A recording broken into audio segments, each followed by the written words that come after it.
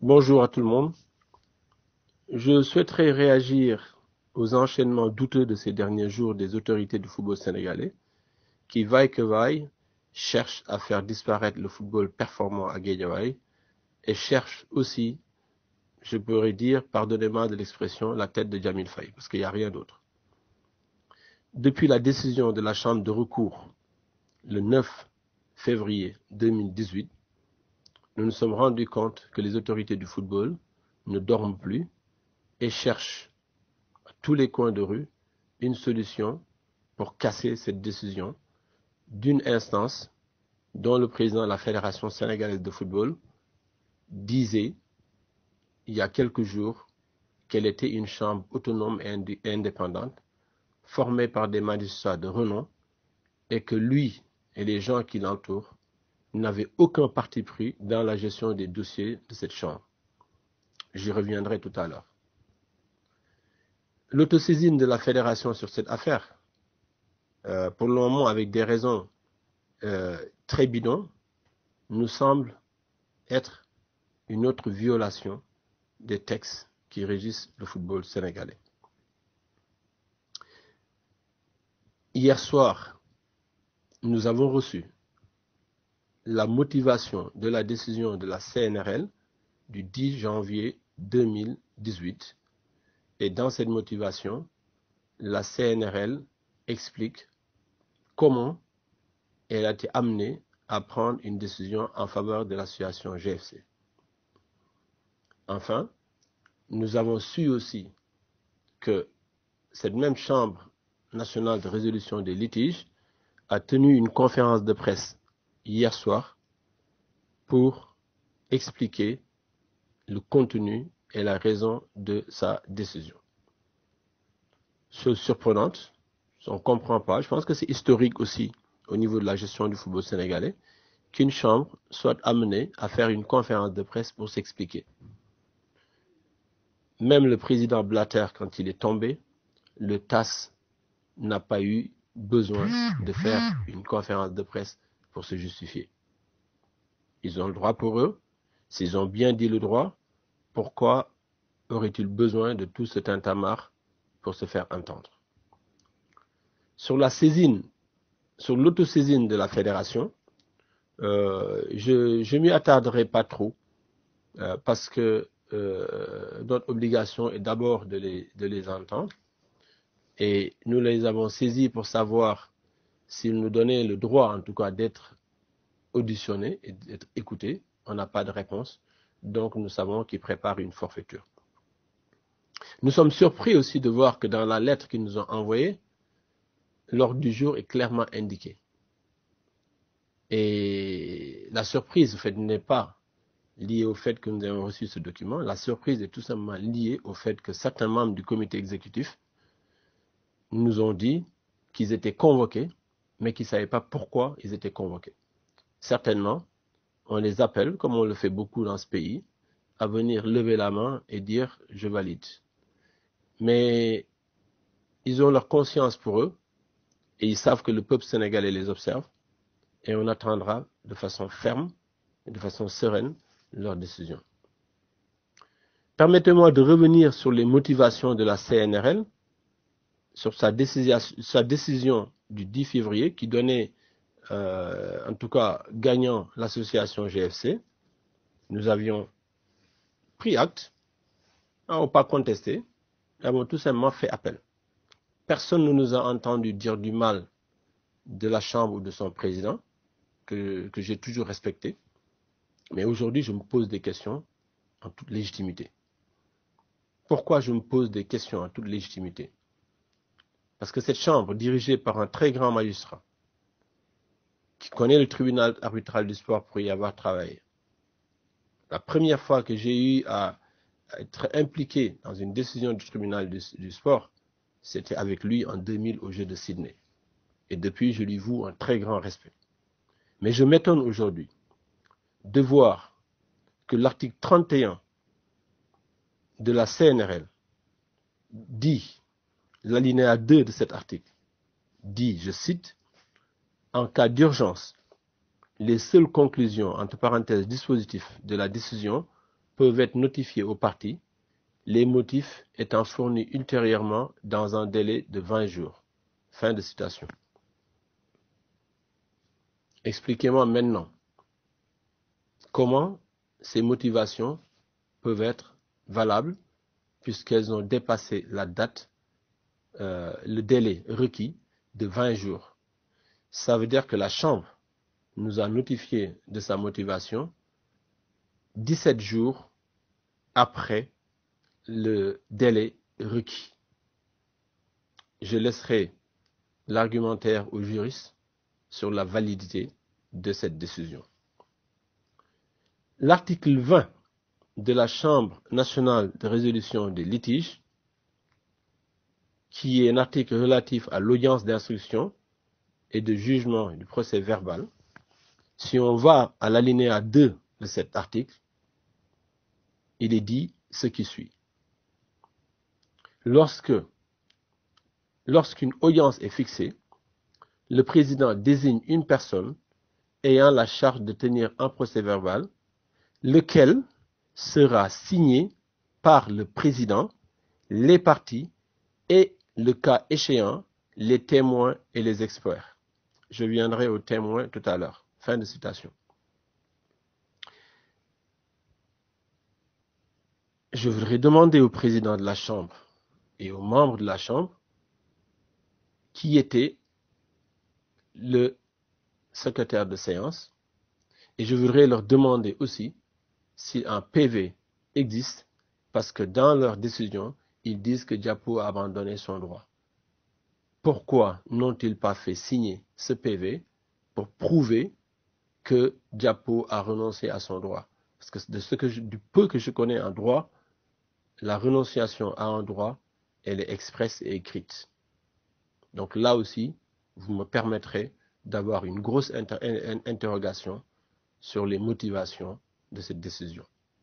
Je parlais des témoins tout à l'heure. L'article 21 parle de moyens de preuve. La CNRL prévoit 5 moyens de preuve. Je parlerai que des 2 premiers. D'abord, l'interrogatoire des parties. Ils l'ont très bien fait et respecté, je n'ai rien à dire. Et après, il y a l'audition des témoins. Pourquoi je parle des témoins? Parce que quand la CNRL nous a demandé, avec l'association, d'aller nous mettre assis et de négocier autour de l'article 4.8, de notre propre gré, notre propre initiative, nous avons demandé la présence de témoins, parce que nous avions lu les règlements de la CNRL, nous avons exigé même, je dirais, la présence de témoins, chaque partie ayant choisi un témoin. Ces témoins ont géré les réunions, ont géré le procès verbal dans lequel Diapo mettait ses conditions de départ, si départ il devrait y avoir. Ce PV étant donné à la Chambre, et nous sommes étonnés, qu'il n'y a jamais eu référence de ce PV dans la décision, et que deuxièmement, on se demande aussi pourquoi ces témoins n'ont jamais été appelés par la Chambre à la barre pour leur demander ce qui s'était réellement passé. D'autant plus que quand nous avons déposé ce document à la Fédération pour la Chambre, ce sont les témoins qui l'ont déposé, et ni Diapo n'a été là-bas, ni l'association n'a été. La CNRL devra aussi expliquer pourquoi elle n'a jamais répondu aux 3 demandes écrites de Diapo et de Guédiawaye FC de la notification. Et pourquoi elle n'a jamais répondu à la demande écrite de notification de la Chambre de recours. Vous savez, la Chambre de recours, pour la première fois dans l'histoire de ces jugements, a pris plus de 15 jours pour décider. Parce que tout simplement, quand on était en audience, ils nous ont dit qu'ils n'avaient pas la décision et qu'ils devaient attendre 20 jours.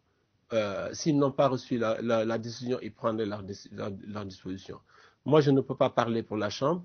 Ce sont des juristes, ils savent ce qu'ils font. Et je pense qu'ils sont mieux habilités à parler de droit que moi. Mais j'ai le droit de poser la question ici et j'ai le droit aussi d'exiger une réponse.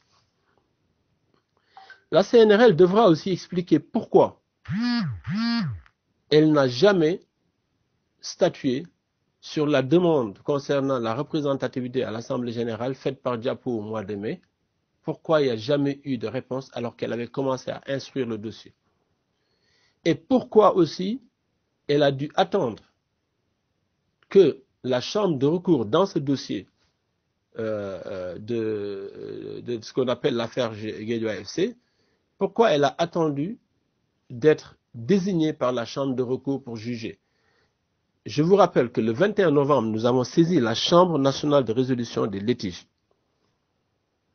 qui ne nous a jamais répondu, et c'est après qu'on a décidé d'aller porter l'affaire devant la cour, devant la Chambre de recours, en sachant très bien qu'il y avait 99,9% de chances que la Chambre ne prenne pas de décision. Et cette Chambre de recours, le 6 décembre 2017, a donné un PV pour répondre à notre requête, pour dire que la Chambre qui était compétente pour juger, c'était la Chambre nationale de résolution des litiges. Et ils ont donné les raisons pourquoi elle était compétente. Et ils ont dit que la Chambre qui était éligible pour statuer sur un éventuel recours, c'était eux, et ils ont donné leurs raisons. Ce PV a été transmis à la Fédération sénégalaise de football, qui nous l'a caché pendant 15 jours, je le rappelle. C'est le 20 décembre, à la veille de notre audition par la CNRL, qui nous l'a donné. Ce PV a été transmis à la Ligue professionnelle de football, qui a aussi caché la décision, ne l'a pas donné.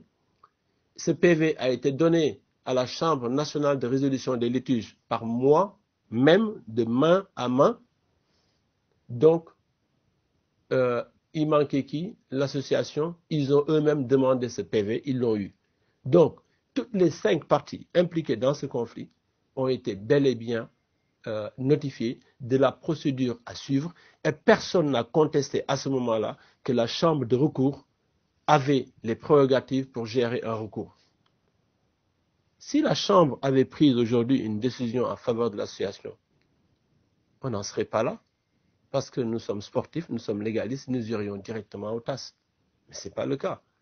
Nous avons perdu une fois, nous avons perdu dans la dignité. Nous avons gagné aujourd'hui avec la hauteur nécessaire, et aujourd'hui, voilà des gens qui refusent de perdre, et on ne comprend même pas pourquoi la Chambre vient se mêler dans cette course, alors que la Chambre de recours, elle a pris sa décision et elle est restée tranquille dans son coin parce qu'elle a dit le droit, et elle a bien dit le droit. Sur la conférence de presse de la CNRL, dont on a pu avoir des échos à travers du journal Stade qui m'a été envoyé ce matin et du journal Record, je suis choqué par les déclarations de dire que Diapo n'existe pas dans le football sénégalais et a joué de façon illégale pendant 6 ans. C'est une accusation extrêmement grave. Ça veut dire qu'aujourd'hui, la CNRL, qui reçoit dans une procédure pendant 2 mois une entité qui n'a rien à faire avec le football sénégalais, je pense qu'elle-même devrait aujourd'hui se déclarer illégale. Qui traite avec quelqu'un d'illégal est aussi illégal. La Fédération sénégalaise de football, la Ligue professionnelle, qui ont accepté de produire des licences, du président au bagagiste du club, qui ont accepté de donner des chèques et de recevoir de l'argent de la société créée par Diapo, Guédiawaye Football Club, qui ont accepté de leur donner un trophée qu'ils ont gagné, qui ont accepté que le club descende en Ligue 2 et remonte en Ligue 1. Je pense que cela aussi devrait aujourd'hui même se déclarer illégal. Ces structures devraient se déclarer illégales aujourd'hui et démissionner de toute fonction. Mais Diapo n'a jamais joué de match de football. Qui a déjà vu un match joué par Diapo? Personne. Diapo a créé une société parce que dans le contrat, Diapo avait 2 ans pour créer une société et que quand la société a été créée, elle a été notifiée à l'association qui nous a fait perdre beaucoup de temps et qui elle-même devait notifier la fédération. Elle ne l'a jamais faite et nous-mêmes nous avons pris le temps, le soin d'aller informer par écrit la fédération et la Ligue Pro. Donc dire aujourd'hui que Diapo n'a jamais existé dans le football sénégalais, c'est une blague. Parce que la société que Diapo a créée a joué dans le championnat et cette société-là détient tous les droits intellectuelle, de propriété intellectuelle, pardon, du Guédiawaye Football Club. Et que l'article 20, alinéa 2 des règlements généraux de la fédération dit que la société qui joue dans le championnat doit porter le même nom que l'association, et c'est pour ça que la société s'appelle Guédiawaye FC Pro. Quand on nous dit que dans le football sénégalais, l'association doit créer une société, mais ne peut pas s'allier à une autre société. Donc ça veut dire que nos dirigeants sont carents. Pendant 6 ans, ils ne pouvaient pas voir ça.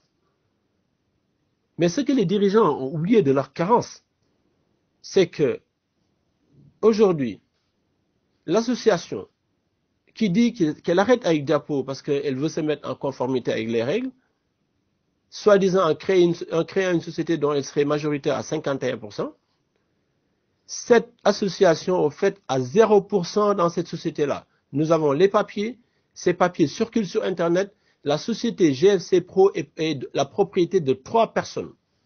Donc, si Diapo est illégal, ben GFC Pro est illégal et ne doit plus jamais jouer dans ce championnat. 2 poids, 2 mesures, non. On ne peut pas accepter de telles forfaitures et nous l'accepterons jamais.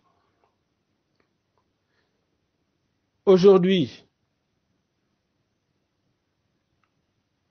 trop, c'est trop. Le vase est en train de déborder. Nous avons interpellé les autorités de ce pays. Jusqu'à présent, elles sont restées sourdes à nos appels. Le vase est en train de déborder et de bien déborder. Et nous rappelons à tout le monde que notre dignité n'a pas de prix. Et elle ne sera jamais à vendre. Jamais. Et aujourd'hui, il est hors de question pour nous d'accepter les motivations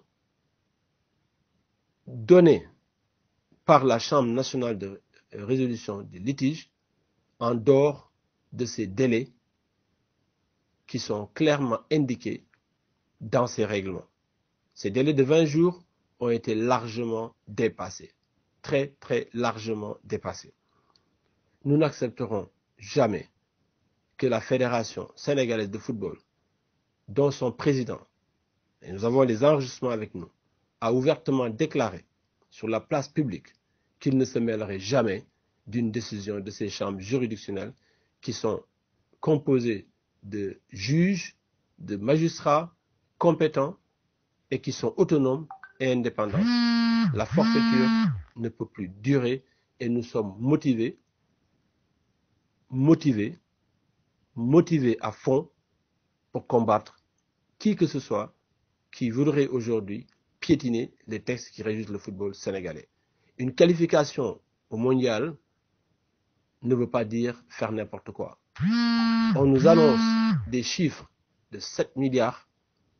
Aujourd'hui, j'ai discuté avec un matchmaker qui me dit les 7 milliards que vous voulez mettre dans votre préparation, donnez-moi la moitié et je vous gère votre préparation. Ce qui est en train de se passer est extrêmement grave. Au Sénégal, les milliards font rêver. Mais ceux qui veulent des milliards devront travailler fermement tous les jours et durement pour mériter ces milliards-là. Et dans les jours qui viennent, nous allons mettre à nu notre stratégie et nous vous informerons de la suite que nous donnerons à cette affaire. Voilà. La déclaration de guerre a été bien reçue et nous y répondrons favorablement. Merci, répondrons favorablement. Merci, répondrons favorablement.